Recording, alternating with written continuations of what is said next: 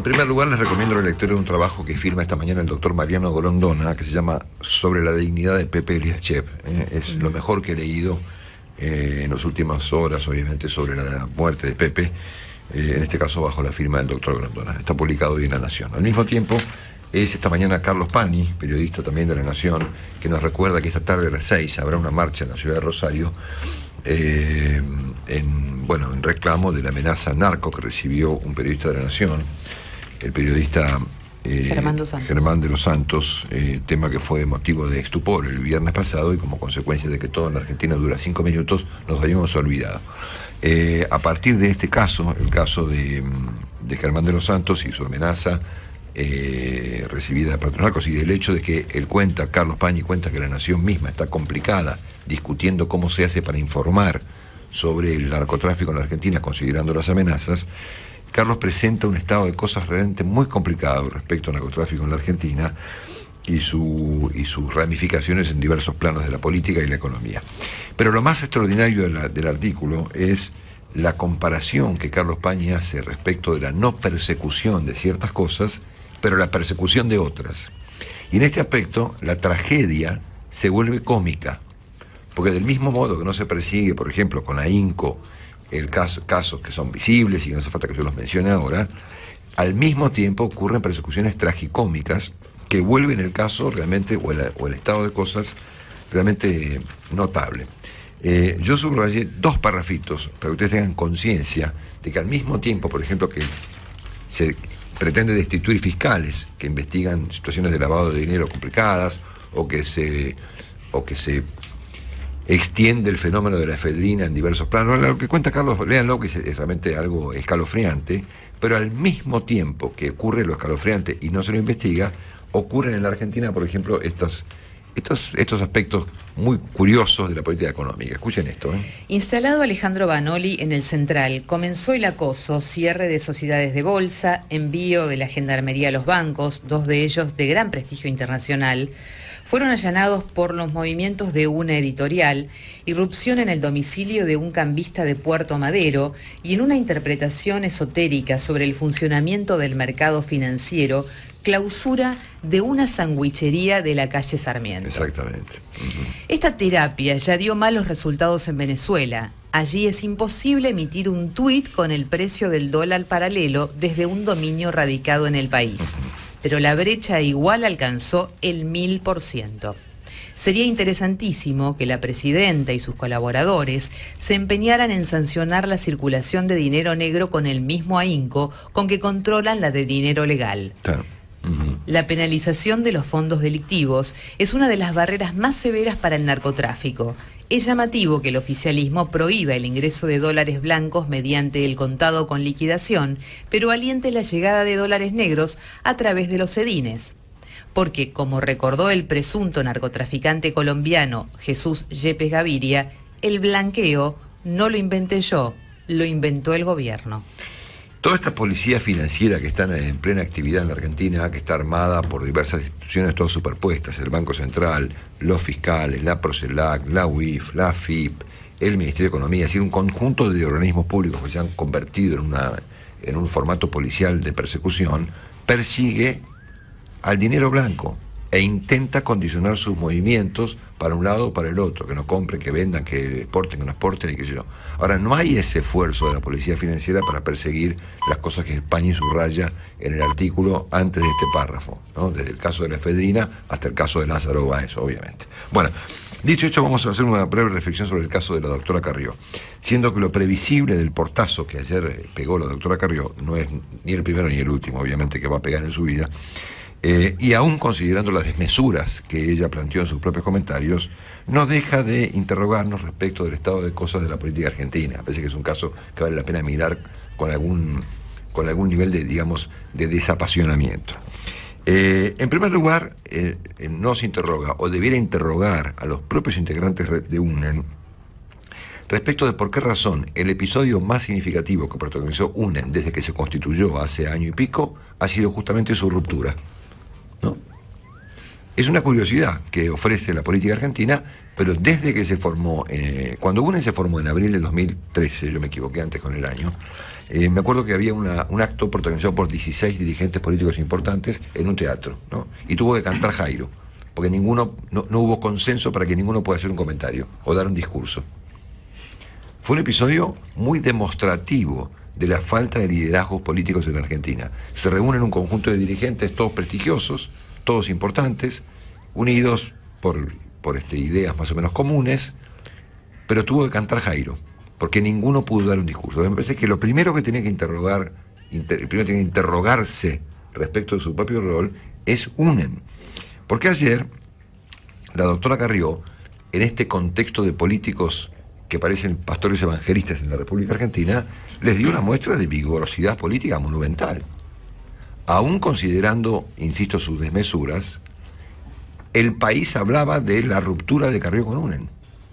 Y el hecho de que el episodio más llamativo, más significativo y más relevante de la historia de esta agrupación política haya sido el portazo de la doctora Carrió, me parece que debiera interrogar a UNEN respecto de su propio papel. En segundo lugar, me parece que lo de Carrió nos ofrece una reflexión sobre, nos provoca una reflexión sobre el rol de la propia oposición. Siendo que aún considerando las cosas que la doctora Carrió dijo, en algún plano me parece un poco desmesuradas, especialmente respecto de Sergio Massa, me parece que acá hay una cuestión vinculada al rol de la propia oposición. Es cierto lo que dijo Carrió, en el sentido de que muchas de las leyes que hoy están cuestionadas por la oposición fueron votadas con el acompañamiento de la oposición por el gobierno de la oposición. Desde la ley de medios hasta la SFJP. O sea, estamos claros que es una desmesura suponer que el ingeniero Cobos está involucrado con la efedrina. Ahí estamos claros que la doctora Carrió se pasa de la raya, probablemente. Pero no deja de ser cierta su observación respecto de una cierta, digamos, no digo complicidad, pero acompañamiento de la oposición en algunos de los temas que hoy en día la oposición cuestiona. Y quiero ver, perdón, Willy, ¿sí? En la ley Milani recientemente, la universidad pero obviamente. Y fíjense cómo dejó ayer a dirigentes importantes poco menos que balbuceando explicaciones. Entonces me parece que acá hay una cuestión, en primer lugar, relacionada al papel de UNEN en la política argentina, al vigor que ha demostrado la doctora Carrió, aún, insisto, en su desmesura, de haber generado ayer un hecho político de proporciones, y cuestiona la propia oposición respecto de su papel en la Argentina, que no está muy claro. Quiero ver cómo se desenvuelve el radicalismo y los sectores socialistas y demás en el futuro respecto a votaciones de jueces de la Corte o en el tema de los fiscales y otros temas por el estilo. Pero en el tercer punto, que es finalmente el más relevante de todos, lo de la doctora Carrió nos está hablando al mismo tiempo del nivel de desorden que tiene la política argentina y ha ratificado ayer su actitud la característica central que tiene la política argentina desde hace un tiempo a esta parte, que tiene que ver con el hecho de que las grandes batallas de la política de hace mucho tiempo a esta parte no vienen ocurriendo verdaderamente entre el oficialismo y la oposición.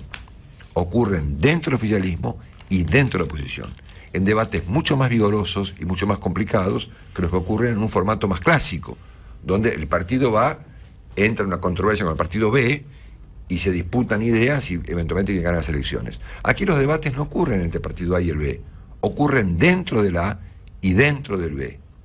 Y esto ocurre y viene ocurriendo hace mucho tiempo. Empezó por alguna razón que podemos ver otro día, después del Pacto de Olivos, donde comenzó a fragmentarse el peronismo. A partir de ese momento, los grandes debates del peronismo no han sido con los radicales, han sido dentro del peronismo. Entre Menem, Duhalde y Cavallo, entre Cavallo y Kirchner, entre Kirchner y Scioli y Massa, y obviamente volverá luego, si eventualmente triunfa Scioli sobre el kirchnerismo, entre Scioli y los kirchneristas. Y ahí habrá seguramente un debate mucho más complicado dentro de la fuerza oficialista que el que hay entre ellos y la oposición. Yo no veo hoy debates importantes entre unos y otros. Ni hoy, ni básicamente nunca hemos visto en los últimos tiempos. Parece que circularan por carriles distintos, ¿viste? Como que la oposición va por un lado con sus propios temas y el oficialismo por el otro con sus propios temas y sus propios debates. Pero que como que nunca se cruzan. En la oposición ocurre lo mismo. Y en el caso de UNEN ha sido muy elocuente, digamos. Ha habido en los últimos tiempos un enorme tironeo respecto a si vamos con Massa, si vamos con Macri, si no vamos ni con Massa ni con Macri, o algunos que se van con Macri, otros que se van con Massa, o lo que sea. Pero en cualquier caso, estas batallas que ocurren dentro de los partidos son y han sido más vigorosas que las batallas normales que ocurren en los países cuyos sistemas políticos son más clásicos entre el partido A y el B.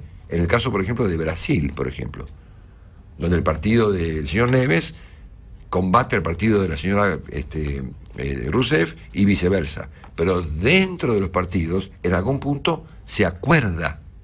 Si aparece un líder de cada lado y finalmente los formatos se alinean en un formato, en un sistema relativamente clásico. Bueno, pues esto en la Argentina está muy lejos de ocurrir. Y lo que ha hecho ayer la doctora Carrillo no ha hecho otra cosa que ponerlo sobre la mesa. La diferencia entre el resto de los dirigentes políticos y la doctora Carrió es que ella lo hace visible. Pero esa es la única diferencia. Es decir, el hecho de que la doctora Carrió haga visible su problema interno con UNEN, bueno, lo hace visible, pero el problema que hay adentro del peronismo es el mismo. Solo que Scioli no hace lo mismo que Carrió. Trata de acordar, la lleva, yo qué sé. ¿Entendés? Pero las rupturas internas de los partidos están muy vigentes en ambos casos, en la oposición y en el oficialismo. La diferencia es que la doctora Carrió lo ha hecho público, y ella no es una excepción en el problema de fondo, obviamente, que es el nivel de desacuerdos que hay en la política, al punto tal que el kirchnerismo tiene que recurrir a Scioli como candidato, siendo que no comparten básicamente ninguna cosa en común, y siendo que el propio UNEN, cuando se juntan hace un año, hacen un acto y no puede hablar ninguno. Tiene que cantar Jairo para disimular el problema, ¿cierto? Entonces me parece que aquí, más allá de criticar sus desmesuras, que las tuvo obviamente, la doctora Carrió me parece que ayer ha interrogado a la política sobre sus cuestiones de fondo. En primer lugar, al propio UNEN respecto de su rol en la Argentina como fuerza opositora. En segundo lugar, a la oposición en su conjunto, que ha optado por este camino de pastores evangelistas, bueno, rodeados de asesores que les dicen que la gente no quiere escuchar problemas. Y en tercer lugar, respecto a la propia política argentina, que carece de todo tipo de liderazgos, por alguna razón que podemos ver otro día. Pero esta ausencia de liderazgos produce que los grandes debates ocurran dentro de los partidos y no entre ellos. Y lo de Carrió no ha sido más que un simple reflejo de la realidad.